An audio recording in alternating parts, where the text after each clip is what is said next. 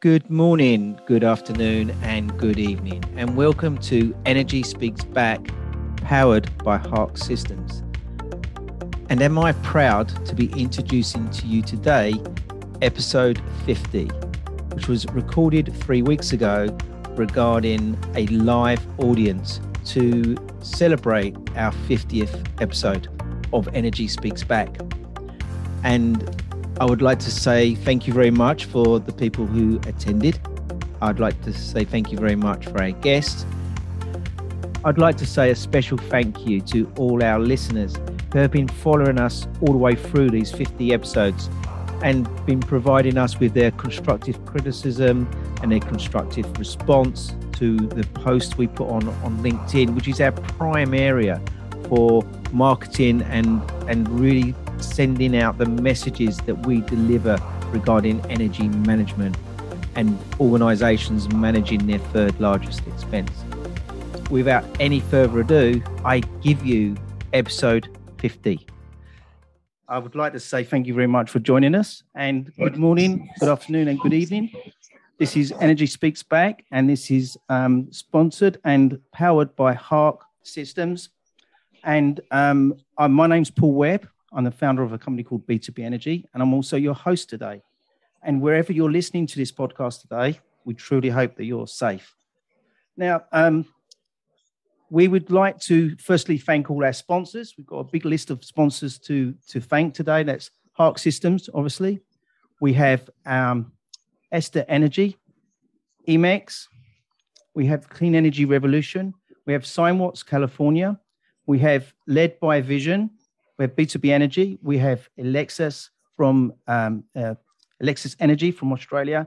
We have EcoSync, and we also would like to thank BNI London for loaning us their platform today for sharing this. So this is episode 50. I'm very proud to be announcing that I've now managed to broadcast 50 episodes, and basically we present to you experts from around the world. And I interview distinguished guests around the world regarding energy insights. And today I'm really privileged to have 4 distinguished guests with me, where we're going to be discussing a very important subject of net zero 2050. And we are here to provide a good understanding and knowledge that's available for us today for energy management to help us achieve the impact on savings on our planet. So my guests today lead government initiatives, they lead policy, they drive energy networks, they deliver renewable energy, they own and manage and influence the sectors on our planet. So without any further ado, I give you my panel, and I would like to start by introducing them. So firstly, we have Lord Rupert Redesdale, who's representing today the government and governing bodies. We have Paul Nisbett, who's from Valor Hospitality and the hospitality sector. We have Mervyn Pilley, who is from Esther, representing the trade associations. And then we have Rebecca Sedler from EDF, who's a director and representing the net zero policy. So I would like to ask my distinguished guests to now just give us a brief introductions to themselves. So may I ask, firstly, Lord Rupert Redesdale to please give us some background and tell us about himself.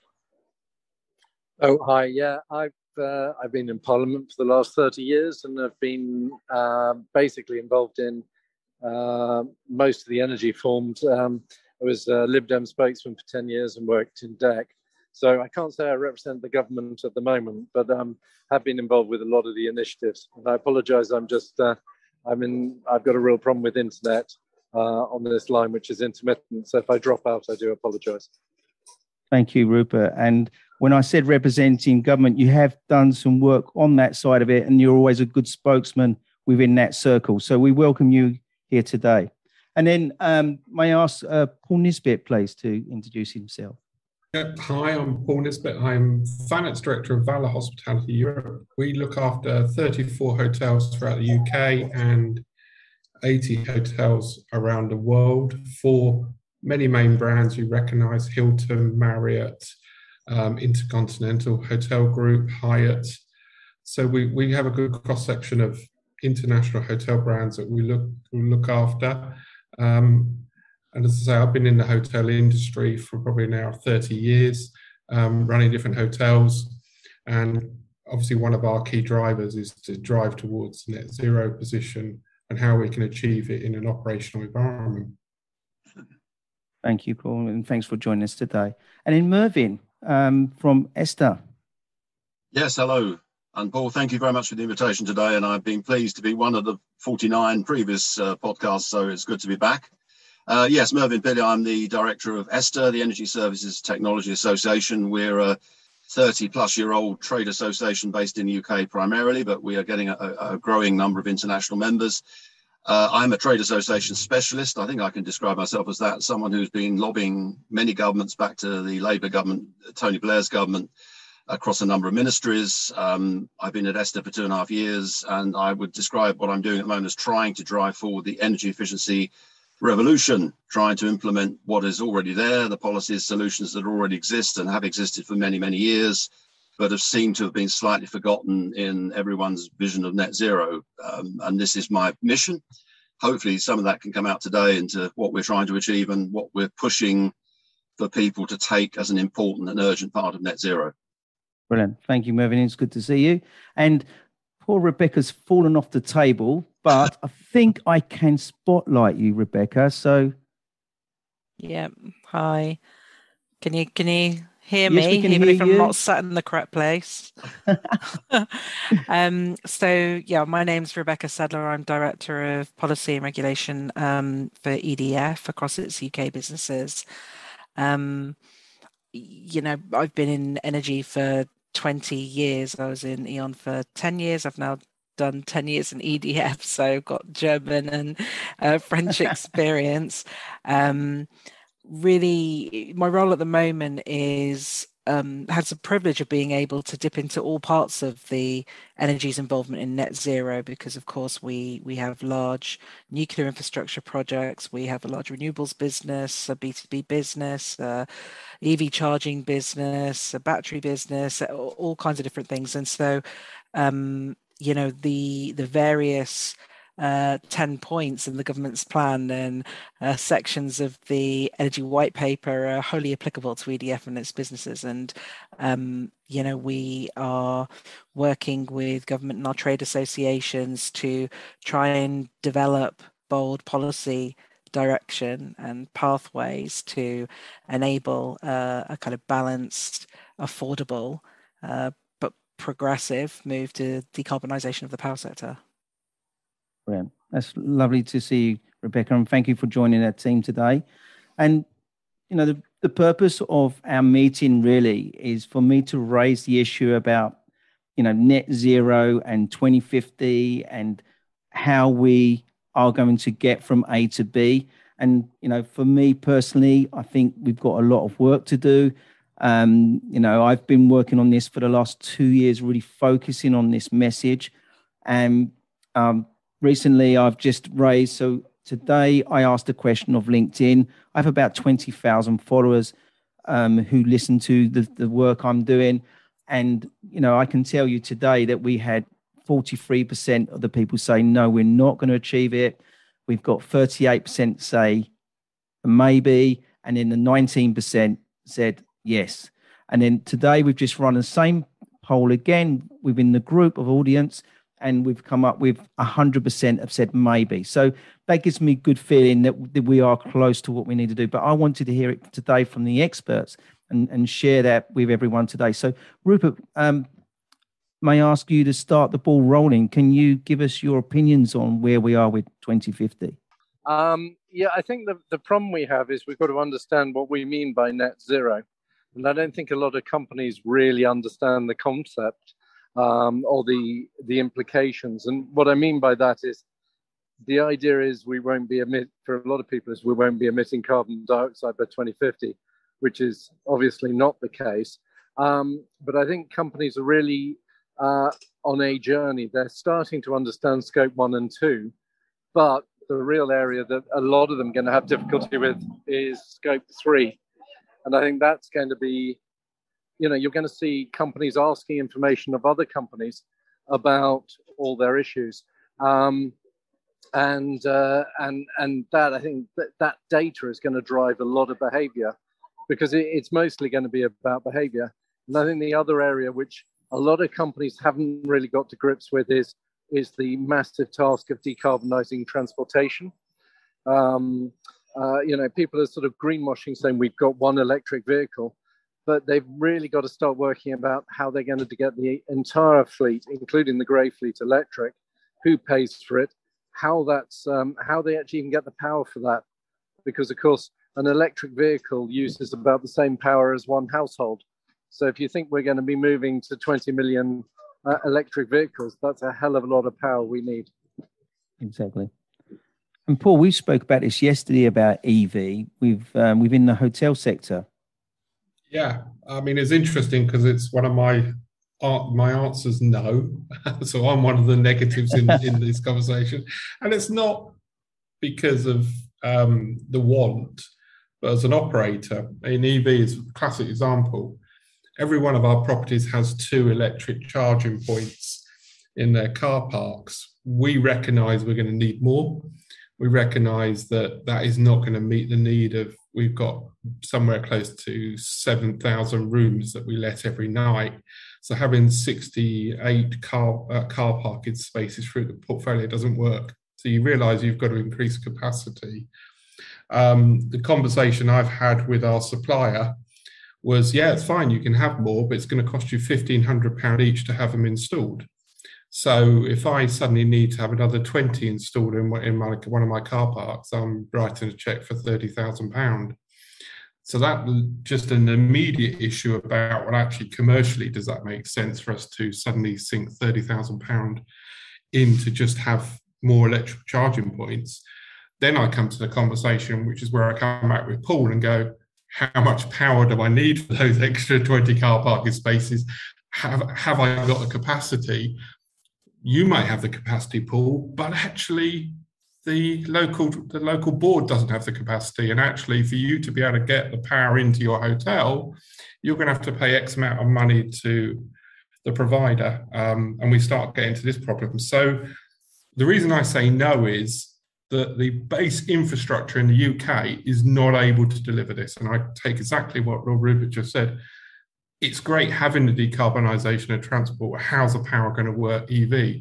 But actually go and start looking at actually how the power is structured in the UK, and is there ability to get that power to the right places for us to deliver on this policy. And it's very great, the government having these massive statements about this is what we're going to do, and everybody's going to have to buy EV cars or hybrid cars. And as a person that's got a hybrid and has just ordered an electric car, I'm totally committed to this. My biggest concern is infrastructure in the country. We can't provide it. And you've got to start with, it's the iceberg. It's no point us all putting these lovely shiny little blocks outside our hotels and say, here you go, come and get your power and everything. The infrastructure in the grid cannot provide enough for us to do this. So the big statements coming out are failing dealing with the bigger issue, which is actually the grid is not geared up and capable to deliver what the country wants it to do. So I'm flip it on its head and go, absolutely, could we get there? Yes. But actually, there's got to be a whole rethink about how you start. Yeah. Now, Rebecca, I hope you don't mind. We were talking about infrastructure here and the issues around the supply, infrastructure and generation. Do you mind if I come straight to you next and you tell us, first of all, your thoughts on net zero, and then possibly if you can answer any of those challenges that are coming up regarding infrastructure? Yeah, of course. So, I mean, net zero. So with regards to net zero, I agree with Rupert that the term is very confusing, and I think most surveys will tell you that people don't actually understand what it means and how it relates to what they do and what they can affect. But I think that we need to appreciate that, it's an absolutely huge undertaking. It's going to require masses of government policy over the next 29, I think, years. But we've seen a lot of grand statements, a lot of, some strategies be published, some that are still to come, but we need to focus, as the other panelists said, on real world delivery right now. And, what we need to build and enable through infrastructure and across all areas of the energy ecosystem is completely unprecedented. So if we take it to the specifics of the energy system, demand is going to more or less double from where we are now to 2050. Nearly every generation asset on the grid currently is going to need to be changed or have lifetime extensions, and the just think about what kind of infrastructure build that means. People think it's just great big nuclear stations. I mean, the wind farms are getting very, very big with incredibly long development cycles. We are still building gas stations in this country that are unabated and will continue to do so because we need to manage the peak of demand. We're going to be relying on technology that's deployed at scale, such as hydrogen for peaking generation, that hasn't been deployed yet and isn't anywhere near an economic level. And on top of that, to make the whole thing affordable, we're going to need masses more flexibility from a whole range of different sources than we currently have. And I think we've got lots of people trying to look at all of this all together at the moment, and it's incredibly confusing. Clearly, the best brains of the country can't really develop pathways. And you've got to, if you think about the old energy trilemma that we used to have, where, it was low carbon generation, security of supply, and affordability. I think we're now in a place where we know we have to prioritize security of supply, low carbon generation, but how to achieve the consent of the public and the confidence of politicians to create what people call a just transition, affordable transition, whatever it is I think really the kind of political challenge of the day. And we can see that through what's being reported in the media all the time, about costs and people's own effects on competitiveness of UK business and, of course, on everyday households. And dare I say, this is all without a pandemic going on around our areas as well. So we've got some significant challenges in the world. So it brings me nicely into Mervyn, really, regarding technologies and services and the people around that can help us come together to deliver all this. Thank you, Paul. I have to say I agree with so much of what Rebecca just said, and Paul's. I can understand his frustration as a business owner, and it is the real world businesses that ultimately the government is expecting to deliver so much, including the funding and the financing. And at the moment, the government seems to be doing a bit of light touch and the big picture announcements, and perhaps not so much detail in some of the stuff that's coming out. And of course, as I was saying to Paul a little earlier, it is actually the detail that is critical for business, because businesses have to plan. My background is retrofit, and obviously, as we know, what happened with the Green Homes Grant Scheme, actually more commercial retrofit, I should say, than residential. But it just goes to show that if the public doesn't understand net zero, doesn't really understand the climate emergency, the climate crisis, and the fact that they weren't really educated enough through the governments to actually understand why they were getting a grant potentially to fund measures in their homes that might make them less comfortable than they were before. Now, I know that's the residential aspect, and we're here really today talking about businesses, perhaps primarily. But it does sort of go to show that unless everyone understands net zero, and of course the whole term of net zero, I'm seeing today some reports where I think it was from the Cambridge Institute for Sustainability, where we should be focusing on negative zero, not net zero. So we should actually be going further. But yes, as a base point, and of course, government has been pushing everybody to sign up to net zero. The race to net zero is the main COP target. That's what Andrew Griffith and his other colleagues in the Champions team have been pushing businesses to sign up to net zero. Main concern for me is that is really creating a database. It's not in itself providing any real solutions for businesses. I'm an accountant by background, and from Paul's perspective, I would say carrots and sticks, and I'm a huge fan of using the taxation system to incentivize businesses. I think businesses should be getting the super relief that the Chancellor mentioned in the budget this year, or reported, announced in the budget this year, I think should be extended really for all energy efficiency purchases. Any energy efficiency capex should be subject to at least 125% first year relief. possibly higher. And I find that frustrating that doesn't seem to happen, because it is circular, because if you're buying your equipment, you're buying your EV chargers from UK businesses, then that's going back into the economy. Someone is making a profit in the UK and they're paying corporation tax on that profit. So that it's not quite the net cost that government would have us believe. I think the problem for me is the energy efficiency solutions that I'm here today I really want to get that message out, is that focusing on carbon capture storage, EVs, hydrogen, renewables, planting trees, the energy efficiency solutions are already there. They've been in place for many, many years. There are simple things like behavior change. We have a behavior change program that we're promoting across the world at the moment. We've been trying to promote it. Low cost, faster payback, and really the start of everyone's net zero journey. I was looking back at the old concept of negawatts. I don't know if anyone here was familiar with a Canadian professor, I think it was perhaps in the 80s, who created the negawatt concept. Energy efficiency as the first fuel, using less fuel energy as the first fuel. And it just seems to messages slightly got lost, especially for commercial businesses, not residential. Government hasn't been forcing it, pushing it. We have collaborations going apace in terms of buildings, energy efficiency in buildings, and how buildings can be retrofitted or need to be retrofitted. Huge amount of money to be invested in that alone.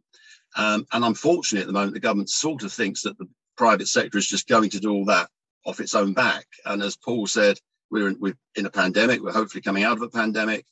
I'm going to use the dreaded B word, I'm afraid, because Brexit has left a lot of businesses in difficult situations.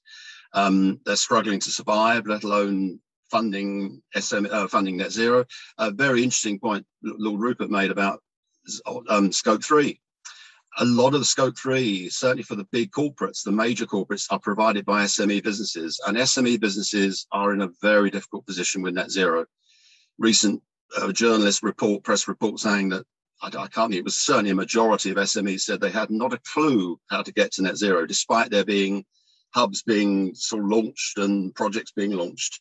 And if SMEs are providing the majority of scope 3 emissions, I used to work in construction. Most of the main contractors, Mighty, Carillion, their labour came from SMEs. Their scope 3 were SMEs. They were not fellow big corporates.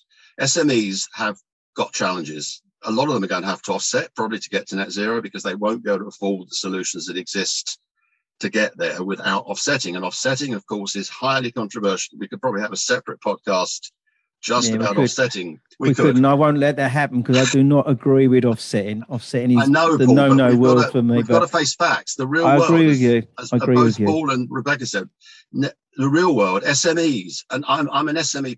I've run them, I've owned them, I've run trade associations for them, and they are critically important, but they are in such a difficult situation for such a big picture thing like net zero.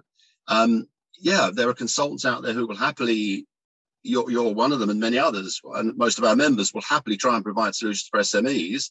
But to be frank, the sort of rates that most consultants would charge, and this is going to sound difficult because my members, obviously I don't want to make it sound like my members are too expensive, but for certain things, and of course ESOS doesn't affect SMEs anyway, which the government is currently consulting on ESOS and making some of the recommendations perhaps mandatory, although I think there's some resistance to that.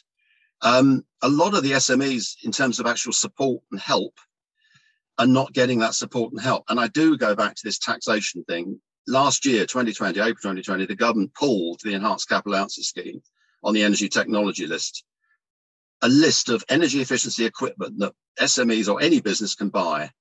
And the tax relief was just pulled of a very odd time to pull it, just at the very time when everyone should have been focusing on buying the most energy efficiency equipment they could. Paul's hotel chain buying energy hand wash. I know hand dryers is on the ETL. But they pulled that relief. Now, the Chancellor, yes, did announce the 125% super allowance in the budget this year, but it's not tied in specifically to energy efficiency equipment, energy efficient equipment, rather. If you buy a tractor, you'll get the relief. It's nothing to do. To take away the specific relief on energy efficiency equipment and replace it with a general, the government has really got to invest hugely much more in a whole range of things. Training for installers on retrofit measures, that the government should be funding far more of the training. They shouldn't just be expecting businesses to do that. You can tell I'm getting upset, controversial and challenging on this subject. So, Mervyn, we've been around the table. We've all discussed the negatives around what's happening and what needs to happen. Let's now talk about the positives. Right. What can we do? What can we do as experts, as groups to start move this forward? So, Paul, is there something I know the stuff you're doing as an organisation and have done for many years, because we've worked together for many years on these sort of things. But as organisations, what can we do? Yeah, I think there's no doubt we can and we are doing everything. We look at exactly. I mean, Paul, you and I have always worked on two things. One, how can we reduce our consumption, and then how do we secure our price? And that's always been our key driver, because fundamentally as an FD, at the end of the day, there's one thing I can do long term is secure price and work with you and others to get the right pricing. And then it's all about education, investment, etc., to reduce down the amount of energy we use. And the red zone work we did around the 4 to 7 o'clock at night, and many people don't understand, but between 4 and 7 o'clock at night, roughly, different areas of the country are slightly out, you're paying 10 times the amount as a tariff than you do any other time of the day. Well, if you think about a kitchen, that's like turning one oven on or having 10 ovens on at 4 o'clock. So the minute from 3:59 to 4:01, you've suddenly turned 10 ovens on or one oven on. So we did a big focus with you, Paul, which was all about educating people. Actually, you don't need those ovens on. You don't need the light. You don't need the lighting on. You can change habits in that period of time to when you need it. You think about big ballroom, 700 people ballroom, that they finish at 5 o'clock at night. Lights are left on to 7 o'clock at night. The energy burn and the cost to us is huge. We're actually saying people are out of the room, turn the lights off, turn the money on when you're coming back in to clean and service the room and prepare it for the next day. Exactly. These are things we did. We looked at laundries where we have on-premise laundries. We changed the shift pattern to finish at 3:30 in the afternoon rather than finish at 5 o'clock. Again, that extra 1 hour is like 10 hours of work. So if you train people and you gave the teams, we've got energy teams in all our hotels, and we just said to them, this is what's happening. And we benchmarked it and we league tabled it to everybody, how much they use, what did they use last month to this month. And what they started to do to realize that actually shift your work pattern, shift your time in, reduce your cost. And that was probably as efficient as going around and changing the light bulbs. Exactly. Because you've got to change a lot of light bulbs to change an oven from what goes from one oven to 10 ovens, just because it's a predetermined time. Schools are out, demand on the grid is high, we're going to penalise you. Yeah.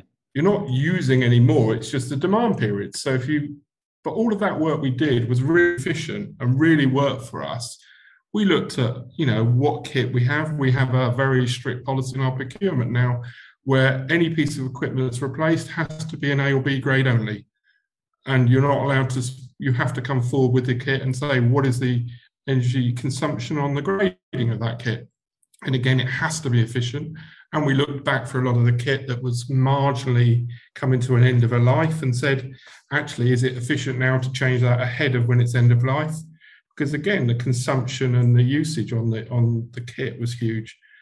But it is come back to, we're doing it because financially for our investors, it obviously makes sense.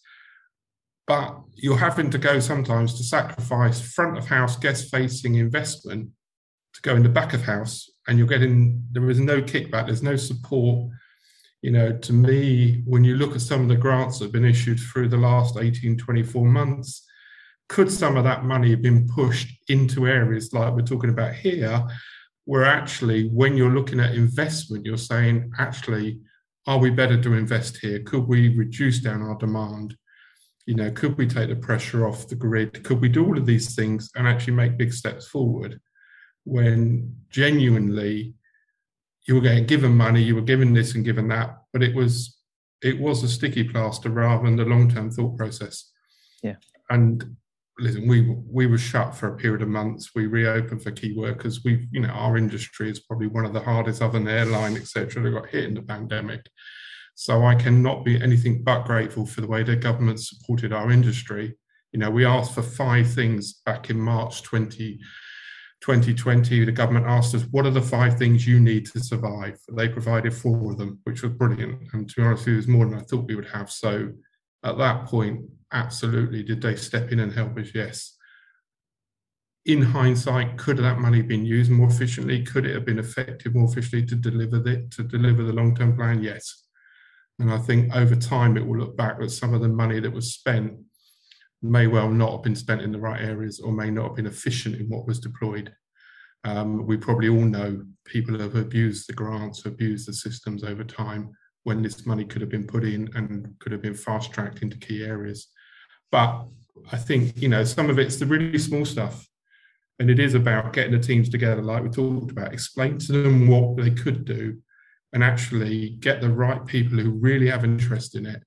And some of the things our teams came up with when they were looking at this red zone plan, as you saw, Paul, when you were involved in it, was brilliant. I mean, some of the guys on the floor, when they're looking at things and going, actually, we could turn this off, we could change this, we could change a pattern of work.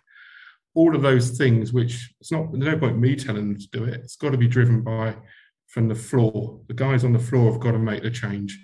If you're just constantly sending notes out, calling them and telling them, it's never going to change. But if you change the culture, you'll get the result. Yeah.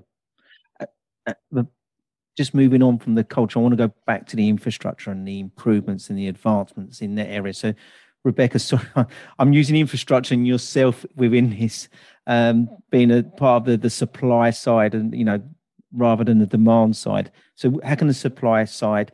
What can we do there?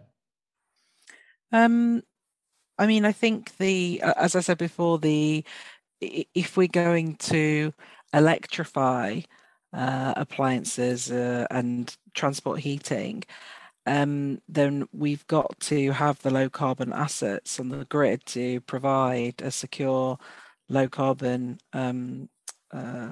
source of generation. And I think there's a huge opportunity, as we've seen. I mean, if we look at the job opportunities, the complete changes to local communities that those projects can bring, there's and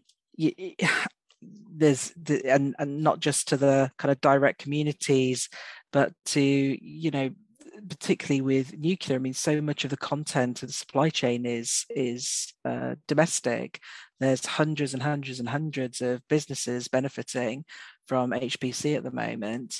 I know that with the offshore wind plans that the government's got, one of the stipulations they're putting in to grant CFDs going forward will be making more and more of the supply chain benefiting in the UK rather than going overseas, which is at risk of doing because everyone else internationally is ramping up their wind plans now. I think the point that Paul made about grid, so transmission and distribution networks, is very well made. I think that it's we need to understand the investment plans that's required to hook up the infrastructure on a local and transmission level, and we need to understand how they'll be managed going forward. There's a big consultation out at the moment about an independent system operator, which is changing the role of National Grid, but we've got to recognise that we've got distribution network owners and operators who are all doing things in a slightly different way, which makes things quite difficult for end users. So I think there's going to need to be a look at that. I also just from a demand side, I do think that greenwashing is a really, really important topic that no one's mentioned yet. And I think that given, there's a huge amount of focus on this at the moment, both with the BEIS consultation on carbon content, but also with the CMA. And I think that there's a little bit of a Pandora's box here with what's gone on so far. And, the fact that people think that because they've got a REGO attached to their supply means that their supply is somehow greener to everyone else's, where, as we know, even the most vulnerable customers and businesses are paying exactly the same amount per megawatt hour as everyone else for low carbon energy subsidies, essentially price support, CFDs, the RO, whatever it is. And I think we need to start talking much more honestly about that. And I'm really enthusiastic to secure better kind of definition and potentially categorization of what green supply really means, or low carbon supply, which I think is important. And I think the other point is about flexibility, which can come from a whole range of sources. It can come from batteries being built on the grid, from interconnectors connecting the UK up, but right through to how we charge our cars, how we load shift in businesses, in how we use our smart meters, which incidentally are not yet 50% rolled out to UK houses, and a fair share of the ones that are rolled out not working in a healthy way. There's some really basic kind of hygiene factors that we need to assert, define, complete implementation of before we move on to a lot of the kind of new, much more innovative stuff that's going to come in the 2030s. Like, for example, I think people who've read the hydrogen strategy, we can see that there's not going to be any major impact of hydrogen in the 2020s. Potentially it will come in the 2030s, but right now we've got targets in the 2020s that we need to, and deployment of infrastructure rollout. I would call smart meters infrastructure rollout, for example. I think achieving 600,000 heat pumps by 2028 is infrastructure rollout. That's going to be a lot tricky and a lot more kind of interventionist than we've ever seen before. So I think let's understand what's really going to make an impact. Let's understand what's in flight and needs completing. Of course, we need to use technology and programs and experience that we've already got, as well as innovating. But we just need to understand the relative timescales and the relative impacts. I'm a big believer in going back to kind of upstream infrastructure, the opportunities that provides communities, and UK businesses and supply chain. I think that we're going to, this also concerns network. I think there's a lot that needs to be addressed on the planning side to get to anything like the ambitions that we've set ourselves. I keep on talking about the build rate, about what that's going to mean to particularly the east coast of the UK, but also many other areas. What's happening in Scotland at the moment, and that these are areas where we kind of need businesses, communities, energy, kind of institutional governance to, as well as other government agencies like DEFRA and the Environment Agency, to work together. I like that, working together, and that's what we all need to be hearing, isn't it? You mentioned it's nearly about the same pandemic and Brexit in one of these meetings, but you mentioned nuclear. What's the plans for nuclear in the UK alone?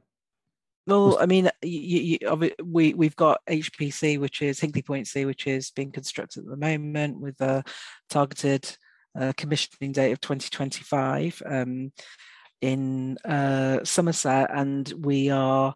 The government has committed by the end of this parliamentary term, they will have supported another large-scale, gigawatt-scale nuclear power station. We're very much advocating that to be Sizewell C, which we essentially see as units 3 and 4 as Hinkley Point C. And, we're promoting the fact that there'll be significant cost reductions through the ability to replicate both design and supply chain of what we're doing on HPC. But I mean, if people want to take 2 seconds to Google what low carbon infrastructure looks like on one of the biggest construction projects in Europe, please go onto the Hinkley Point C site and just see what can be achieved. And that's just going to be a huge slug of base load, low carbon, zero carbon power that's going to be going, feeding the electrification of demand in the UK for decades in a secure way. Yeah. At a time where, it should be noted that the existing nuclear that we've got will largely be coming off the bars throughout the 2020s because it's coming to the end of life. Right. Well, thanks for that update. And we'll be looking at that closely. My background is nuclear power, so that's why nuclear for me is always on the high on my list, even though it doesn't provide a very good ending regarding the waste, etc. But will at least provides the carbon-free energy. So, Mervyn, what's your positivities that you feel we need to be looking at? There are lots of things I can be positive about, Paul. I'm still very nervous about who's going to pay for all this, because obviously the nuclear side I think the Chinese investment's gone, or I assume the Chinese investment's no longer going to be welcomed into that project. So is it going to get added onto the electricity price? Because I think the single thing for me is electricity prices. Paul mentioned about saving energy in his hotel chain. If the finance directors see ever increasing energy prices, then their investments in energy efficiency, for example, is probably not going to get the fast payback that they were originally intending. And electricity is absolutely swamped with all sorts of add-ons. Gas needs to be adjusted, I think, and that's slightly controversial for me to say that, but I think that needs to be addressed considerably in terms of who is going to pay for it. If it's the consumer paying, or if it's the end user paying for these projects through the price, I think the government has got to pay more, but in positive terms, because let's take a look at positive. SMEs, working on a very innovative blockchain stroke microgrid concept of SMEs having their own microgrids and trading surplus energy through blockchain technology. And indeed looking at a much more ramped up energy efficiency information hub and resource for all end users, but primarily for SMEs, because unfortunately I mentioned earlier the education piece has been missing. As Rupert said at the very beginning of all this, where is the net zero? Do businesses understand? If they don't, they're clearly not going to be able to get the solution or work out the solution. I still go back to what I said, energy efficiency, using less energy. Why is that not the very first step for every single business individual in the world, in the country? Because if you're using less, or if you're making sure you're using energy you have to use as efficiently as possible, witness what work you've done with Paul, that's a hell of a lot less expensive than building nuclear power stations than in carbon capture storage, which hasn't been discussed at all yet. How we're going to quite pump all this stuff back in under the North Sea and how much that's going to cost is pretty scary. But anyway, basic solid education, information and support for businesses to help. The government wants business to get net zero over the line. They've made that very clear, getting businesses to sign up to net zero, the race to net zero. That will happen. And I'm perhaps a bit more optimistic than Paul, perhaps, although I'm not a business owner anymore. I have been in the past.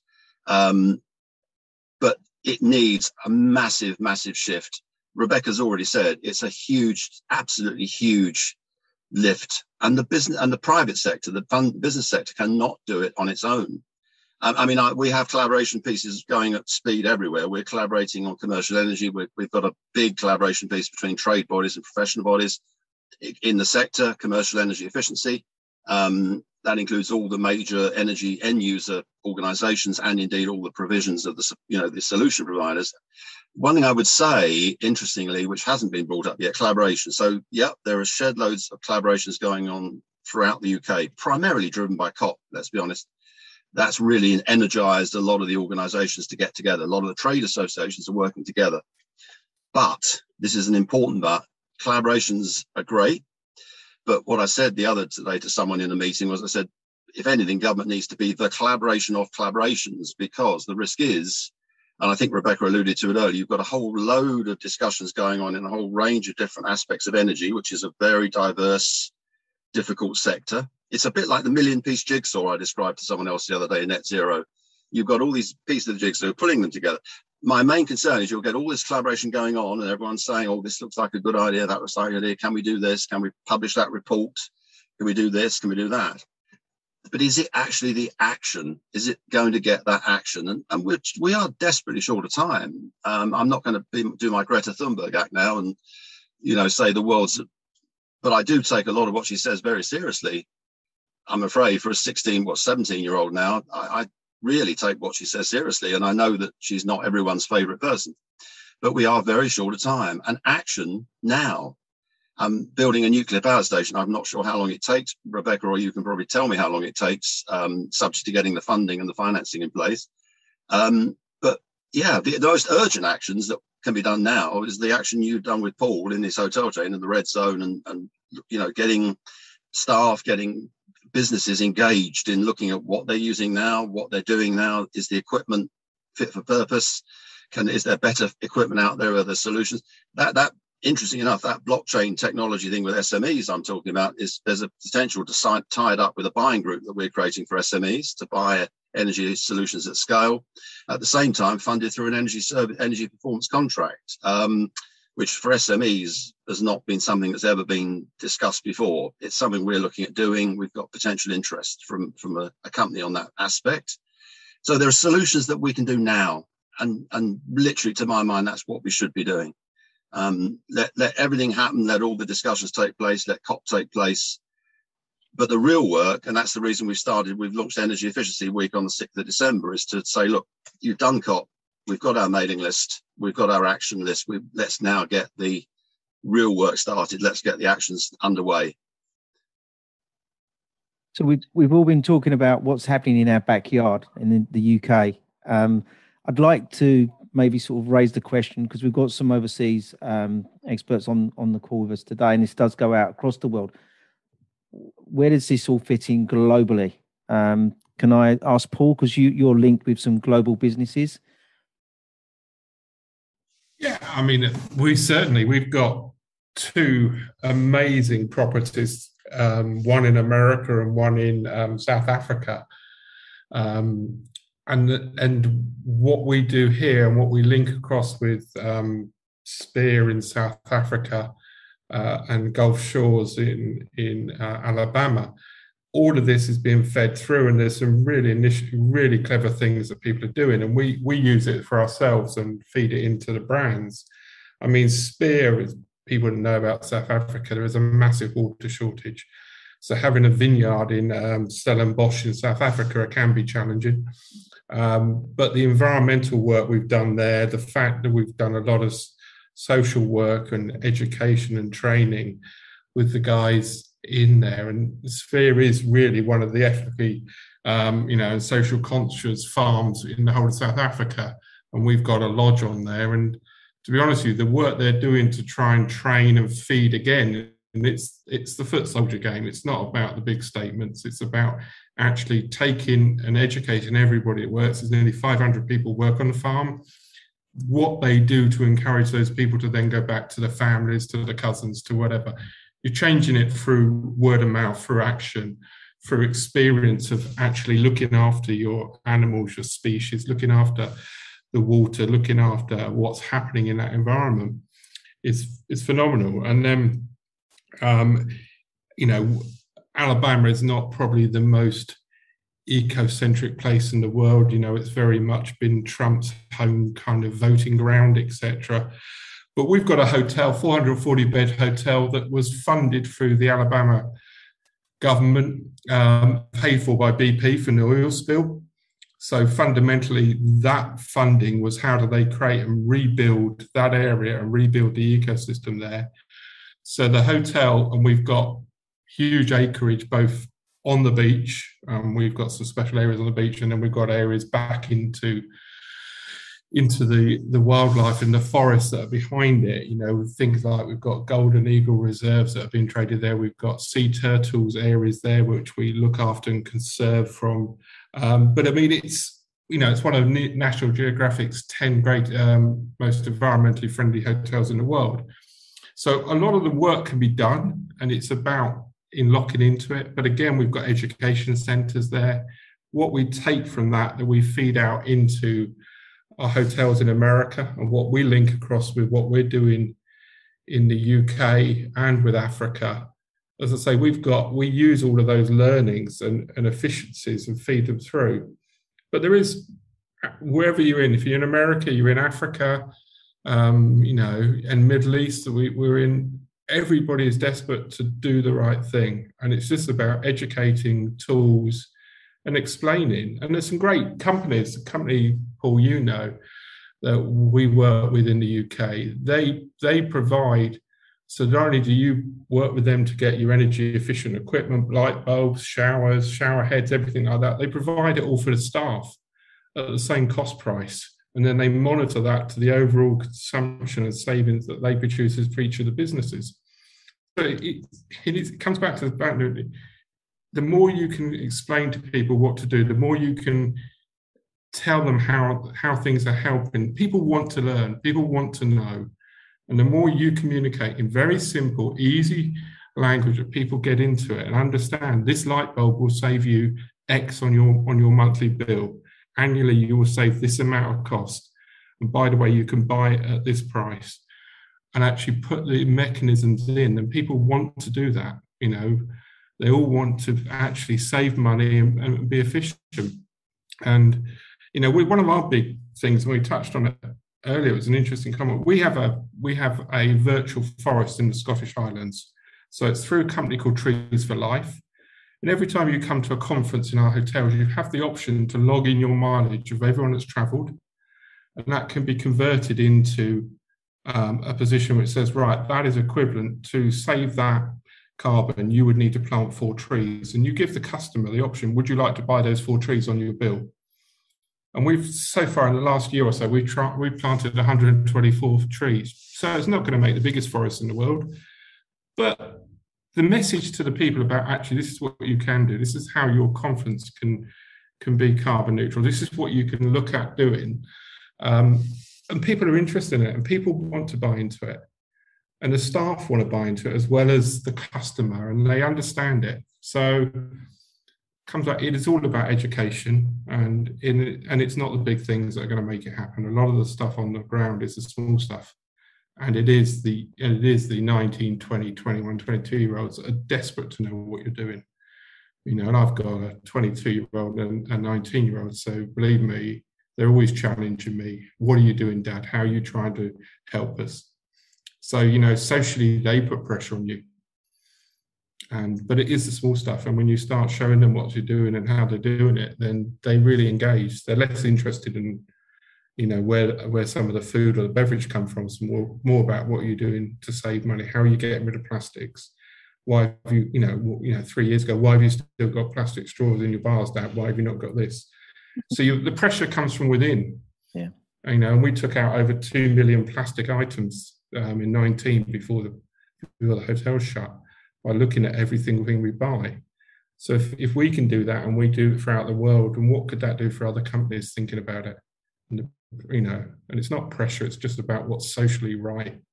What do you actually know you should do? Excellent. And then Rebecca, I know your position in the UK. Is there stuff that you can discuss or comment on regarding the globe? I mean, yeah, we're present in many different countries globally, and again in different areas of the energy value chain. I think that it's important to remember that the UK is less than 1% of the world's carbon emissions, right?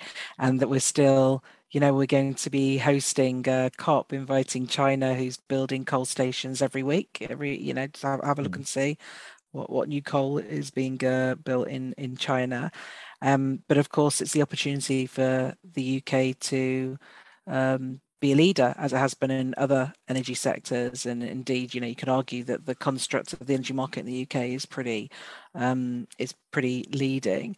I think that we're seeing, certainly the appetite for low carbon generation of varying technologies really pick up. There's very much renewed interest in India. The French looking at what their nuclear strategy will be, because their units are coming to end of life, and France, as you may know, has got one of the lowest carbon intense power systems in Europe, and has had for a long time. You contrast that to what Germany has done with its emissions in closing nuclear and burning coal, and will be doing for over a decade to come, in order to manage security of supply.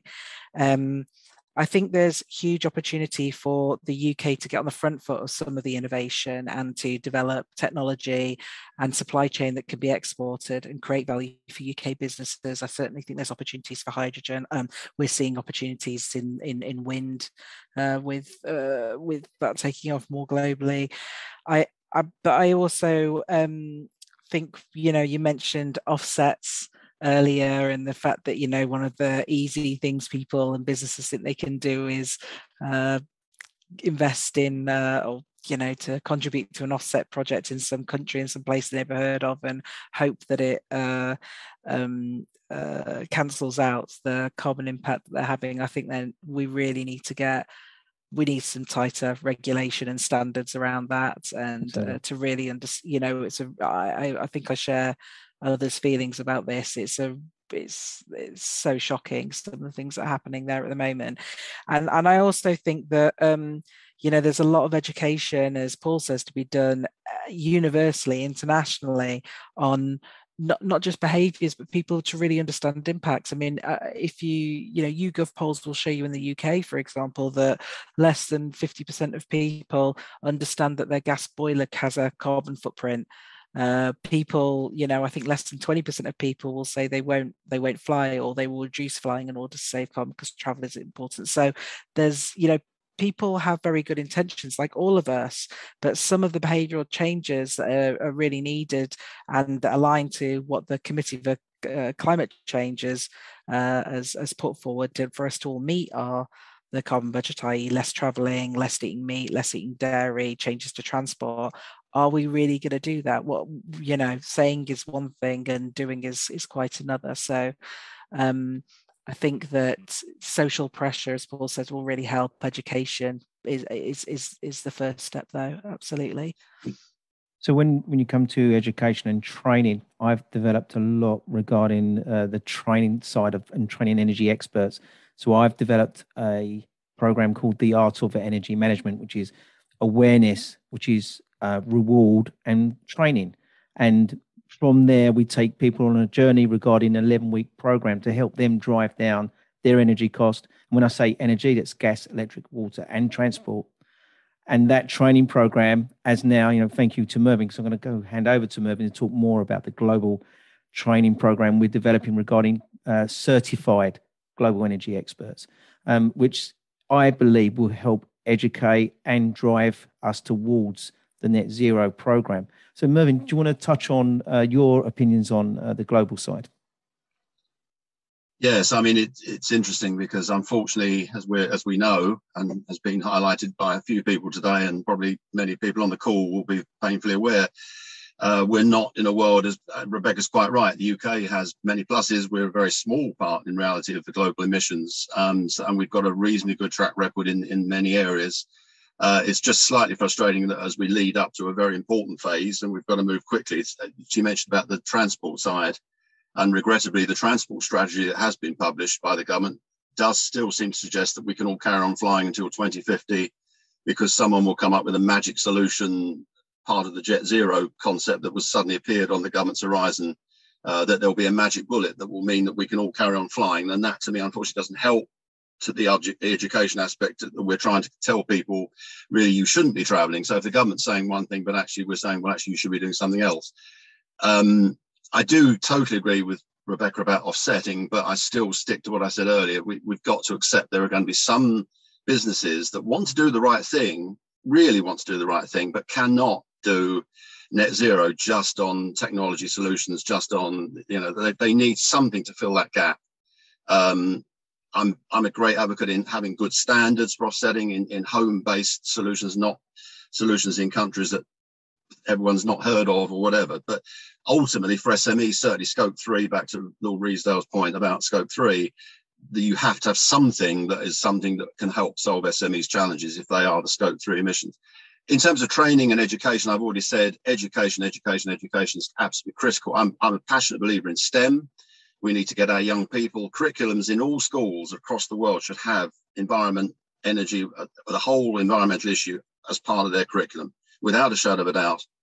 I mean, I've got a 5-year-old grandson, my daughter's a teacher, and to me, it's an absolute no-brainer. We've got to get our young people learning and understanding all of this long before we solve the problems, because otherwise we're leaving them a horrendous legacy. My 5-year-old grandson, I'm still thinking every time I talk about these sorts of topics, what is his carbon budget going to be when he gets to be, well, not my age, but 18, let alone my age. And information, I've already said as well, we're not informing people, we're not helping people to understand. That Green Homes Grant Scheme needed the public to understand far better.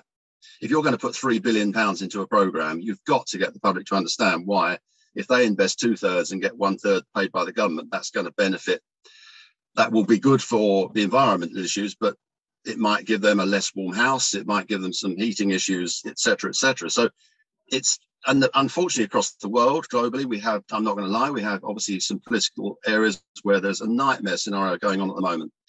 And I'm not wishing to offend anyone on the call because I'm not looking at nationalities of the people on the call, but clearly Australia, Brazil, there are countries who are just separate to China's point, and I totally agree with Rebecca about coal mines. Poland, of course, in Europe is still very heavily on coal. There are still countries close to home that have not got their issues addressed in the EU.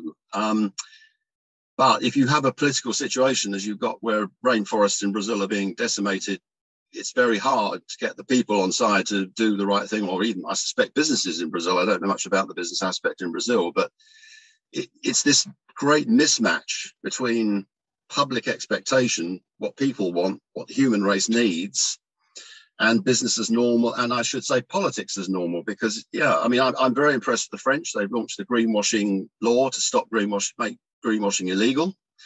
A little challenging because there need to be some test cases on what exactly is illegal and what is greenwashing when it comes to a legal definition, as opposed to a lot of people use that term because it's, in some ways, it's nice to do, but it's realistic. I think the French have made a good start in making it illegal. And obviously the investment side, the payment, who's going to fund all this, the investors, the ESG side, absolutely need to get a handle on what they're funding. And the banks, again, the shareholders want banks to stop doing this or using their pension funds to do that. Is that happening? Probably not. So such a mishmash of things going on globally. And yeah, I think we've got to solve it as the human race. We're presidential COP, we're chairing COP, but we're not ultimately, we can only do so much without China, Russia, India. India's got some really good stuff going on federal level, state level, but not necessarily federal level. And the US, some states doing very well, federally, better now federally, obviously now they're back in the tent, but certainly for the last 5 years, not doing very well federally, doing well in states. And the people are trapped. We're all trapped if we're in the government or in a country where we can't do what we want to do because the government is not letting us do it or telling us it's not going to be done. Very difficult. We can't change the world, regrettably. We can try doing what we need to do and just focusing on what we can solve as businesses or as individuals. Yeah, totally agree.